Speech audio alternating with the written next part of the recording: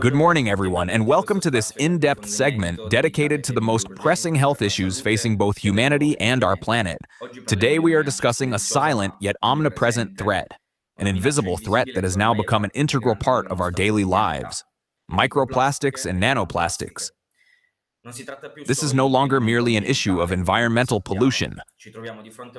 As we all know, we are facing a real global health emergency that strikes at the very heart of our future: public health, the development of new generations, and the integrity of the biological mechanisms we once thought protected us. The water we drink, the food we eat, even the air we breathe. Everything now contains fragments of plastic. But a recent discovery has marked a point of no return in scientific research. For the first time in history, micro and nanoplastics have been detected in human placentas and breast milk. This discovery has clearly shaken both the scientific community and the public, as it calls into question a fundamental certainty: the effectiveness of biological barriers that, until yesterday, we considered impenetrable. And today, we have the honor of exploring these issues with one of the leading figures behind this discovery, a discovery that has marked a turning point in contemporary medical research in this field. Professor Antonio Ragusa, surgeon, specialist in obstetrics and gynecology, consultant to the Ministry of Health, and author of the book Nati con la camicia, Di Plastica, Born Lucky, in Plastic. Professor Ragusa, welcome and thank you for joining us. Thank you. Thank you for the invitation, which I was more than happy to accept. When I was conducting this research, I was the director of obstetrics and gynecology at the hospital on Tiber Island in Rome. Currently, I am the director of the obstetrics and gynecology department at the Sassuolo Hospital in Emilia-Romagna. How did you come up with the idea for this research, and what drove you to pursue it? I was in a wonderful place in Italy, in Sardinia, a place called Piscinas, located in the Sulcis region in southwestern Sardinia, which is an old mining area. But it's a place that is, let's say, very secluded, very pristine, where there's absolutely nothing around for 6 or 7 kilometers. While taking a walk at a certain point, I noticed some brightly colored shiny objects sparkling on the beach. And I asked my wife, "What is this stuff?" She looked at me, a bit puzzled. She said, "Well, it's plastic." I replied, "Wait, plastic? How could plastic possibly end up here when there isn't anything around for 7 or 8 kilometers? And she gave me an even more, well, a look that made my utter lack of understanding quite clear. And she said, "It comes from the sea, obviously." So from that moment on, a thought process began in my head. I realized that if plastic could colonize the sea and wash up in such pristine places, it could also reach the inside of the mother's womb, and therefore, the babies. And naturally, I then decided to put this intuition into action. I am a gynecologist, a doctor who delivers babies, so up until that point, I knew about as much about plastic as the average person. But I started reading, studying, and reaching out to scientists who worked with advanced microscopes. Specifically, a highly skilled professor working on the opposite side of Italy, in the Marche region. She was working with a Raman microscope. A Raman microscope allows you to, let's say, examine tissues and determine if there is plastic inside them. We use the word plastic for simplicity's sake, but of course, the term encompasses an extraordinary level of complexity. There are dozens and dozens of types of plastic. Essentially, they are tiny fragments, polymers, meaning repeating chains extending endlessly, made of materials we use constantly, every single day. So, we sent the placentas to this professor, and she did an outstanding job. She was able to locate and identify plastic within the placentas for the very first time. We are talking about microplastics, extremely small particles invisible to the naked eye, much thinner than a human hair. She was even able to categorize them because Raman microscopy allows us to type the material, meaning it can identify exactly what kind of plastic is present. Not always, though. There are limitations because plastic is rarely pure. It is usually coated in substances designed to make it harder or softer, to make it flame retardant, or to enhance its color. In short, there are a range of additives used to make it better suited for its intended purposes. And the uses for plastic are, I think, infinite. It is the second most widely used material in the world after concrete, so it is everywhere. We found it there, and as you mentioned, the paper we published in 2021 caused quite a stir. Naturally, the idea of plastic inside the placenta and therefore inside our babies was something that, understandably, shocked people. But looking at it that way isn't entirely correct, because the plastic we find in the oceans is the same plastic now being found in our babies. It's a closed loop. Let's be clear.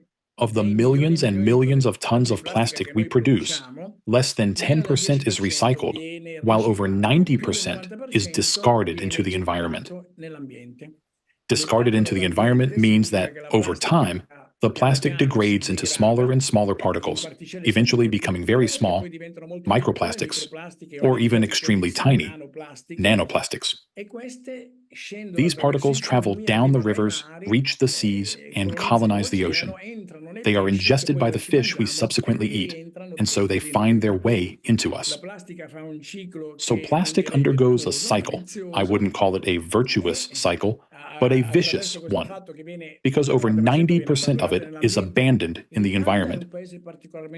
Italy is actually a particularly virtuous country, in quotes, meaning it recycles about 10% of its plastic. That makes it one of the most responsible countries in the world in this regard. However, the fact remains that more than 90% still ends up in the environment. So how does it get inside us? How do these micro and nanoplastics enter our bodies? They do so through three primary pathways. The first is through our food. We've mentioned fish full of plastic, which we eat. But it's not just fish. The most significant way plastic enters our bodies, from a quantitative standpoint, is through plastic bottles. Plastic bottles used for water or carbonated drinks are a dramatic and utter absurdity. Plastic itself is not inherently bad, of course. It is a material that can be used to create wonderful things. Think of medical prosthetics, or the sheathing that brings high-speed fiber optics into our homes. In short, many highly useful applications. And in those contexts, it's fine. But when we use it for something as foolish as water bottles, I am not a fan of mineral water producers, and the feeling is mutual. So, we use it for 10 minutes, for a soda or water, and then toss it into the environment. That is a foolish way to utilize an otherwise highly useful material. So, as we said, one of the pathways through which plastic enters the human body is through the digestive system. Another is through olfaction, the nose, and breathing, because there is a massive amount of plastic dispersed in our atmosphere. For example, every time you hit the brakes in a car, the friction releases thousands upon thousands of microplastic particles into the environment. So, if you live near a highway or a busy intersection with traffic lights, you are inhaling vast amounts of micro and nanoplastics. So we've covered the intestinal tract and the respiratory system. The third pathway is through the skin. Clothes. Specifically, the so-called fast fashion industry. Fast fashion is one of the most terrible blights on the world today. You may not realize this, but there are companies, mostly Chinese, but not exclusively, though the Chinese firms have the highest revenues. So those companies manufacture clothing imitating high-end designers, while entirely bypassing the traditional supply chain. They produce these synthetic garments that perfectly imitate natural fibers, but they only last one season, often even less. Then they are discarded.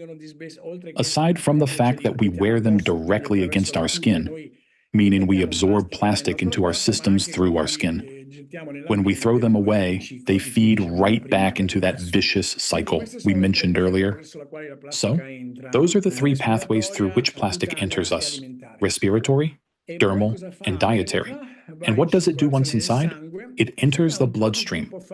Until relatively recently, about 15 years ago, plastic was thought to be biologically inert. And indeed, if you look at little plastic pellets, not microplastics, I'm talking about macroplastics, and drop them in water, they just sit there peacefully. They don't seem to interact with their environment all that much. However, once they are reduced to micro and nanoplastics, they enter the human body through those three pathways, make their way into the blood, and through the bloodstream, They infiltrate all the parenchyma, meaning the major organs, the kidneys, the liver, the heart, the arteries, the veins, the placenta, and breast milk, which was also a terrible discovery made by our team, and that too caused a major scandal. And what do they do there? Because we then asked ourselves the question, okay, I get it. They enter, they go there, they go into the organs, but what do they do to these organs? Well, the organs don't recognize them. Because plastic is a very recent material, it's only about 70 years old. It didn't exist before. Therefore, the body treats it as a foreign object. But the foreign objects that the body is familiar with, I'll keep this brief, otherwise we'll be here all day, are external antigens, or bacteria, viruses, fungi, and so on. So the body, or the cell, behaves exactly as if this foreign object were one of these biological agents it has known for millions of years. But that's not the case, because plastic is indestructible. It is not like those other agents. So what exactly happens inside the cell? We conducted some extraordinary research and discovered that the plastic makes its way into the cytoplasm. For those without a background in biology, let's just say that a cell is composed of a nucleus, where the DNA is located. And plastic, for reasons we still don't fully understand, does not go in there. And a cytoplasm, which contains organelles, little organs that ensure the functioning and life of the cell. So, the plastic enters the cytoplasm, stops there, and is surrounded by a membrane, similar to a cell membrane. In other words, the cell isolates it because it wants to destroy it, producing a series of enzymes and substances that the cell typically uses when invaded by microbes, viruses, bacteria, or antigens. Except that, unlike those natural elements, plastic is indestructible, as we were saying. Consequently, the cell is essentially subjected to chronic stress, and so it gets sick. What does it mean that it gets sick? It gets sick. Yet, the babies born in our hospital, whose mothers had plastic in their placentas or in their breast milk, were perfectly healthy. So what does getting sick actually mean? It means getting sick in the long term. That is to say, plastic inside the human placenta and breast milk, but let's stick to the placenta for now, doesn't only have immediate consequences. For instance, premature birth. The more plastic there is in the placenta, the more likely babies are to be born prematurely, unfortunately. Or the fact that these babies are smaller compared to babies exposed to lower amounts of plastic. But it also has long-term consequences. Namely, it alters epigenetic mechanisms, meaning this cellular programming triggers diseases that will manifest when that individual becomes an adult, say, at 40 or 50 years old. And these diseases are exactly the ones that are currently devastating, or, let's use a less dramatic word, burdening our world. These are the so-called non-communicable diseases: obesity, hypertension, diabetes, and metabolic syndrome. What I am telling you has been thoroughly proven in laboratory animals, including mammals. That is, despite having zero caloric value, plastic causes weight gain because it triggers a shift in cellular energy production. We've seen that it colonizes the cytoplasm, right? We have conducted studies on this with dramatic photographs taken using scanning and transmission electron microscopes, where you can actually see the plastic destroying the mitochondria, which are the powerhouses that produce the cell's energy. Or it destroys the endoplasmic reticulum, which has a wide array of functions that we won't list right now, but there are many. And if this happens in a baby and a fetus, in the placenta, in the amniotic fluid, and so forth, and then again during breastfeeding, it causes what are called epigenetic modifications in DNA expression. The DNA itself remains the same, it doesn't change. We've seen that plastic doesn't enter the cell nucleus, but the expression of the DNA changes dramatically due to the modification of these cytoplasmic organelles.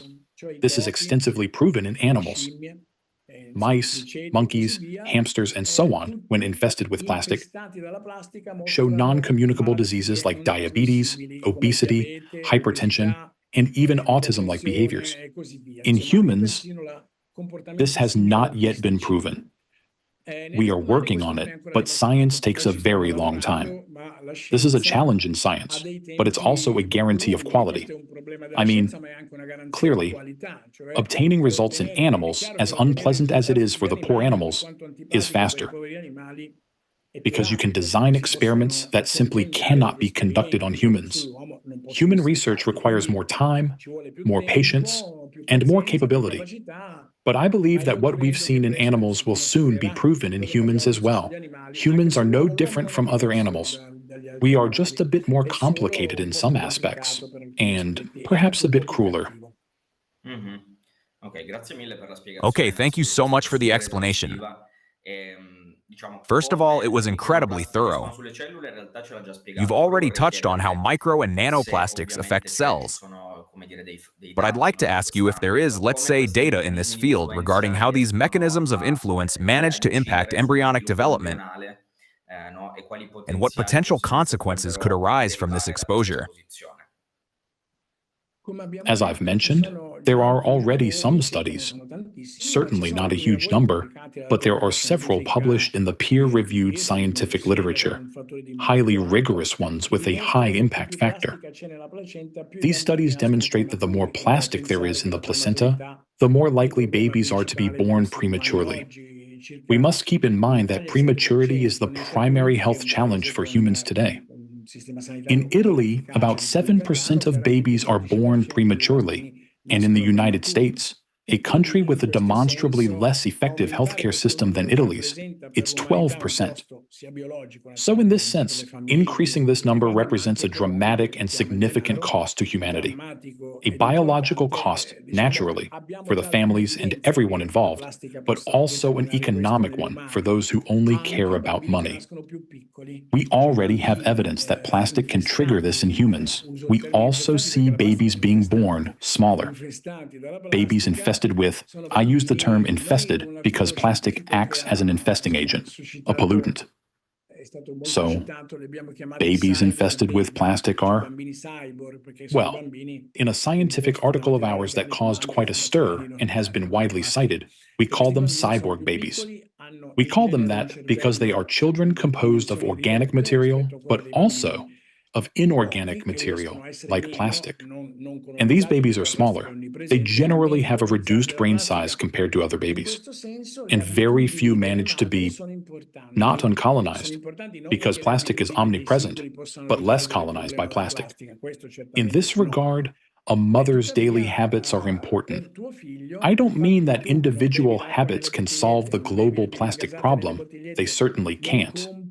However, for your own child, it makes a real difference if you don't drink water or sodas from plastic bottles, if you don't buy food wrapped in plastic packaging, and if you don't order takeout, or do so very rarely, only when necessary, because takeout food, for various reasons, is much more heavily loaded with plastic than other foods. It matters if you don't use plastic bags, or if you must use them, use heavy-duty ones that can be reused hundreds of times, though canvas bags are better. Avoid buying synthetic clothing. I do realize that this is an investment not everyone can make. Not everyone in the world can afford to buy wool instead of cotton or silk. That is a serious problem. But in short, don't use single-use plastic. Plastic cups, plastic forks, and knives. And don't fall for the compostable gimmick, because compostables, as the name suggests, are only compostable if placed in a specific facility that breaks them down. If you throw them in the regular trash, they behave exactly like any other plastic. So, it's just a trick to bypass the single-use problem. So your habits, as an expecting mother, can somewhat influence the amount of plastic passed on to your unborn child. Again, while individual habits serve as a good example, they won't solve the plastic crisis. This is an economic and political issue. I say economic and political in that specific order because today, the economy is much more important than politics. Politics barely exists anymore, and it is entirely subservient to the economy. Consider this. Perhaps you already know it, since you cover this topic. But plastic is a petroleum product. 60% of the plastic produced in the world is manufactured by fewer than 24 companies. So what is happening globally is that a few companies, primarily Chinese and American, are making billions in profit. I have nothing against making a profit. That's perfectly fine. But doing so at the expense of all humanity is not okay. Are there solutions? Yes. But for now, the solutions are neither medical nor biological. They are political. Specifically, reducing plastic production, which is the exact opposite of what is currently happening. Think about what happened during COVID, for example. Because global mobility was reduced, the primary use for petroleum, transportation, dropped significantly. So producers shifted their focus to manufacturing virgin plastic, the production of which increased dramatically, allowing them to profit even more. So right now, the world is not moving in the right direction regarding plastic. Now, an old man like me only cares up to a point. However long I may live, and I hope it's a while, yet I doubt it will be more than another 20 years or so. But for people of your generation, it is a massive problem. And this makes me a bit angry. When I used to lecture at the university and discuss these topics, my students would say to me, "Okay, professor, but you're the ones who left us the world in this state." And I couldn't help but admit that yes, it was true. But setting that aside, the problem is yours now. So, whether you like it or not, you have to take on this issue and fight for a political solution. That means electing politicians who possess this kind of awareness, not politicians whose only thought is to take the poor 1,000 immigrants who arrive, send them back, and call it a day, but politicians who talk about the things that are vitally important. And there aren't many of those. You can count them on the fingers of one hand.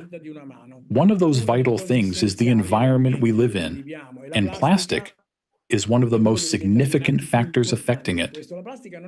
We don't need to destroy or eliminate plastic entirely.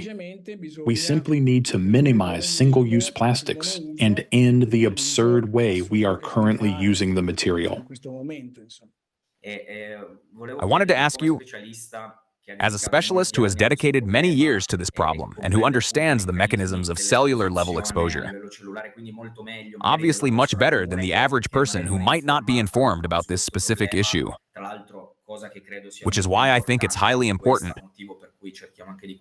And it's the reason we try to contact experts like you to bring this to the public, to raise public awareness about the problem caused by the presence of these substances.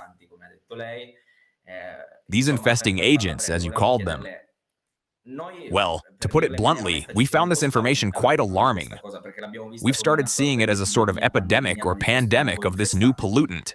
Do you have hope for the future in this regard?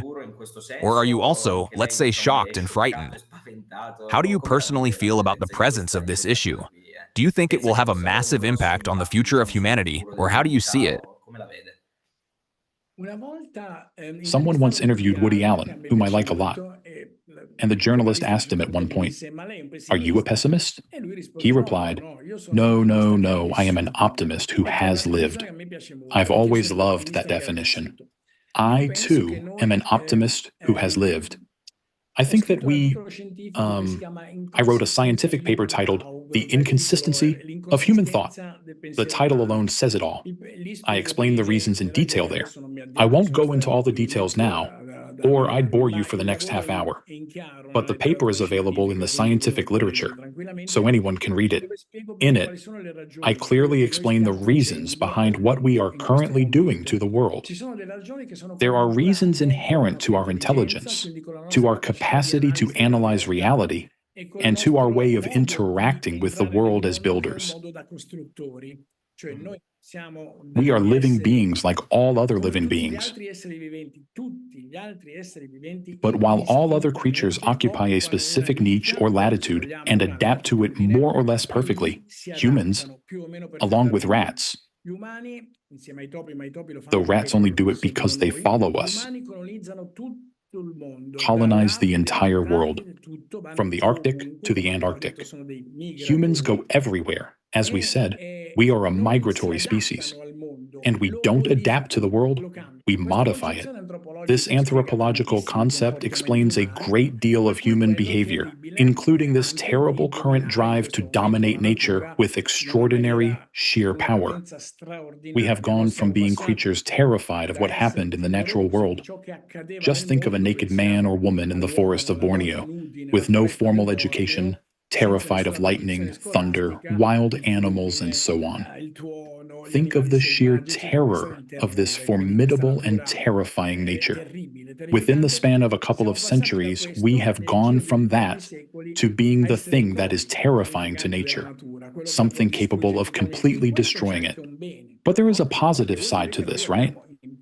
It means we have perfectly learned and mastered certain mechanisms. We have introduced technology.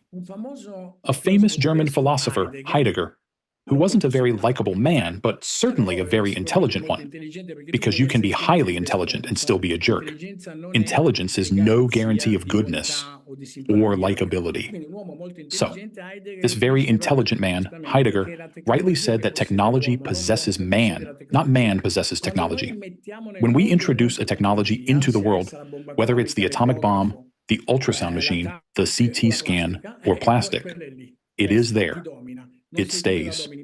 And it dominates you. You aren't the one dominating it. However, we have a brain that has been capable of dramatically modifying the planet. As I said, I'm an old man now, and while I'd love to go back in time, I can't.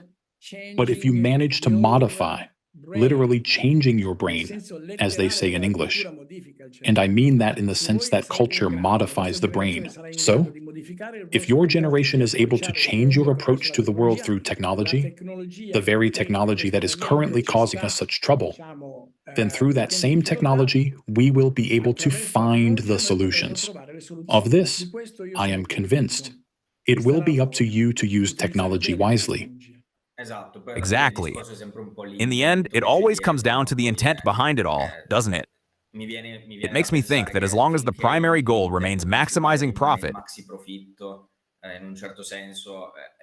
environmental health will never truly be factored into the equation.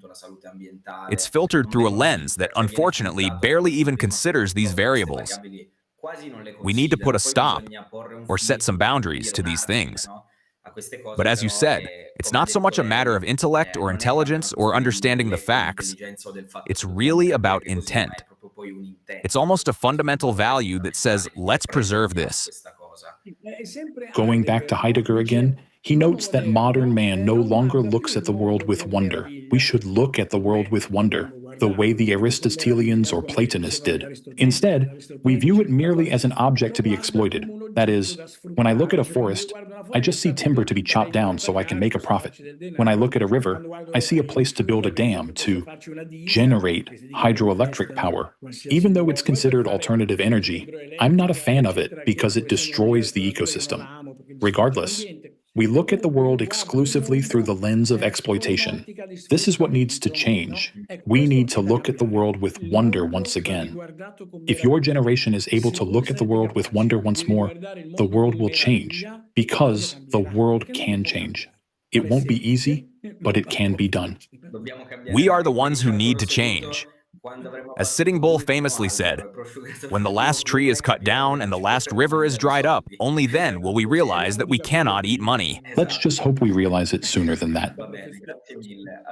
Exactly. All right, thank you so much. We're going to wrap things up here. Professor Ragusa, we thank you immensely for being with us, for sharing your experience, your vision, and above all, the urgency of this. Let's call it an invisible challenge that affects us all. What has come to light today shouldn't leave us indifferent. Let's reiterate, micro and nanoplastics are no longer just an environmental issue. They have infiltrated our bodies, our homes, and our biological systems, right down to the cellular level, as you explained, and so on. This puts the very future of human health at stake. So it is permetterci clear queste from your words that we can no passivi, longer afford to che be serve indifferent or ricerca, passive. consapevolezza, insomma lavoro We need politico, research, no, awareness, and robust insomma political bisogna action. iniziare a coedere In un po' su short, questo we need to obiettivo. start uniting Quindi around di this nuovo, goal. la ringraziamo, Once condividiamo, again, thank anzi you. invitiamo We sempre a invite condividere everyone to questa share this intervista interview. se If you insomma enjoyed listening vi to siete Professor trovati bene, Ragusa, ad who has ascoltare enlightened us questa today with his Ragusa che ci ha expertise and deliziato insights, insomma please talk con la about sua it, stay expertise e informed, and definizione. educate others. Parlatene, informatevi, And if you're informate anche gli interested in learning altri, more, e se siete interessati andate anche head sul over to suo our canale YouTube channel to YouTube watch the a guardare documentary le our team attività has che ho put together on this commentato, very topic. composto insomma dal nostro team. Thank you Grazie again, ancora Professor professore Ragusa, and thank you all for tuning in. Thank you. Thank you all so much. Thank you for the important work you do. Grazie. Goodbye.